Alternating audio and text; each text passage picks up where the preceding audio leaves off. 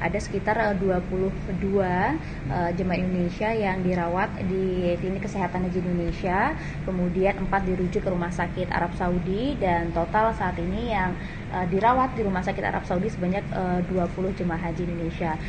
Saat ini kan terdapat 17.000 jemaah yang sudah berada di Madinah ya, 17.000 lebih jemaah. Nah ini kondisi kesehatannya seperti apa Kak saat ini?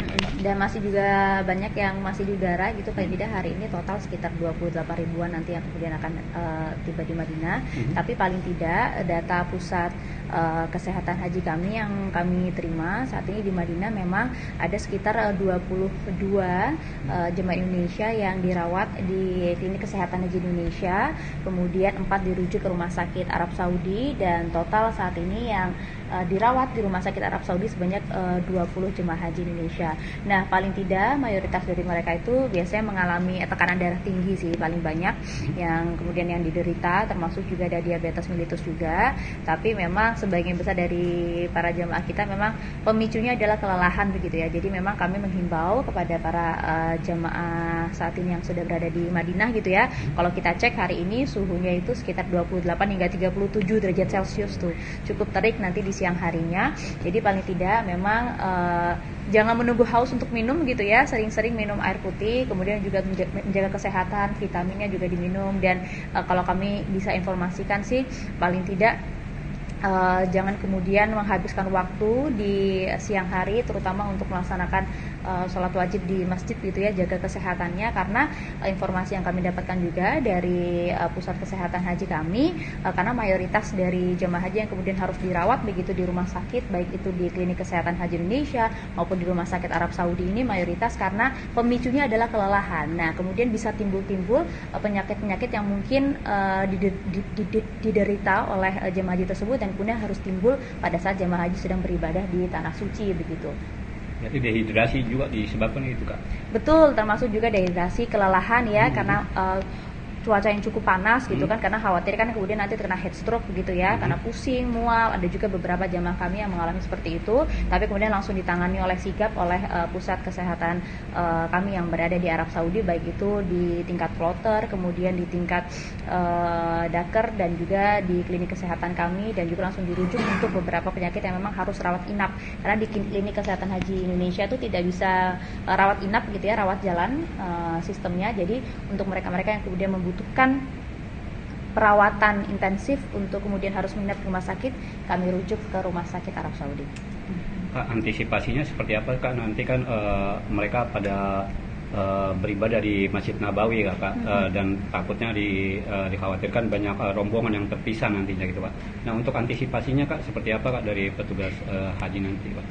Betul sekali. Nah, ini memang sudah mulai banyak begitu ya, ada beberapa jamaah yang kemudian karena luasnya Masjid Nabawi begitu ya, kemudian jamaah kemudian kesulitan untuk mencari arah pulang gitu. Ada juga yang kemudian terpisah dengan rombongannya begitu. Tapi alhamdulillah syukurillah petugas haji kami di sana, terutama di bagian perlindungan jamaah atau Linjam, cukup sigap, cukup responsif juga. Kita di sana menyediakan ada 5 pos tuh.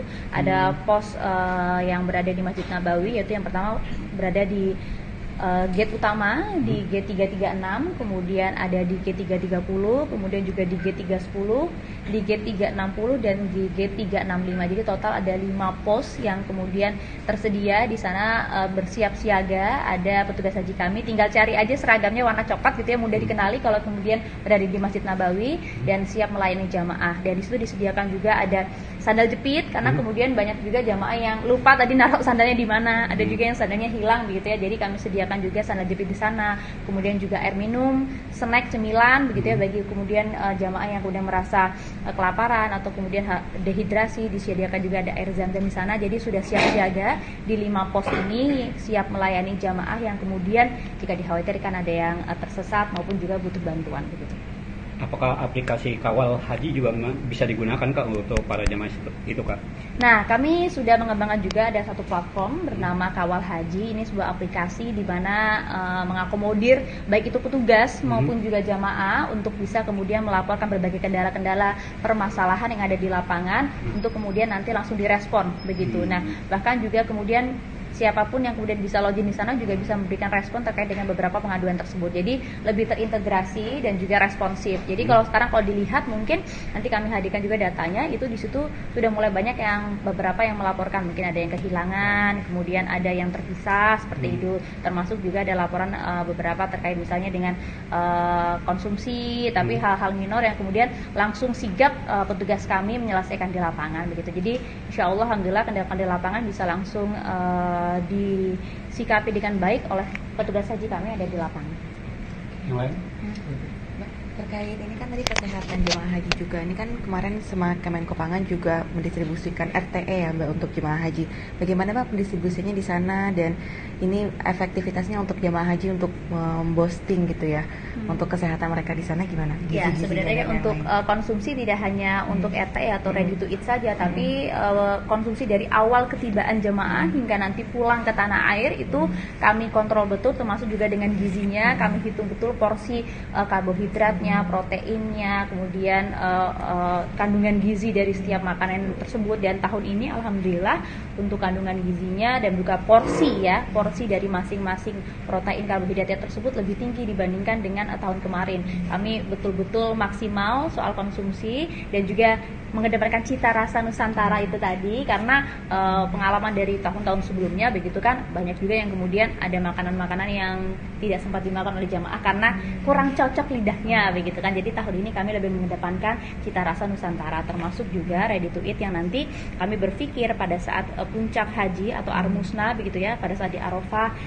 Musdalifah dan juga di Mina ini kan nanti kan trafficnya cukup padat di sana ya. Jadi kami mengantisipasi jika kemudian ada logistik yang kemudian nanti telat sampai atau kandungan gizinya seperti apa. Jadi paling tidak kami juga menyediakan ada makanan siap saji atau ready to eat yang nanti kemudian akan didistribusikan pada tanggal 7, 8 hingga 13 Zulhijjah. Terima kasih. Sudah. Terima kasih banyak. Pak Tersun. Secara kumulatif, jumlah jemaah yang telah diberangkatkan ke Tanah Suci hingga hari ini sebanyak 72 kloter dengan jumlah 28.274 jemaah.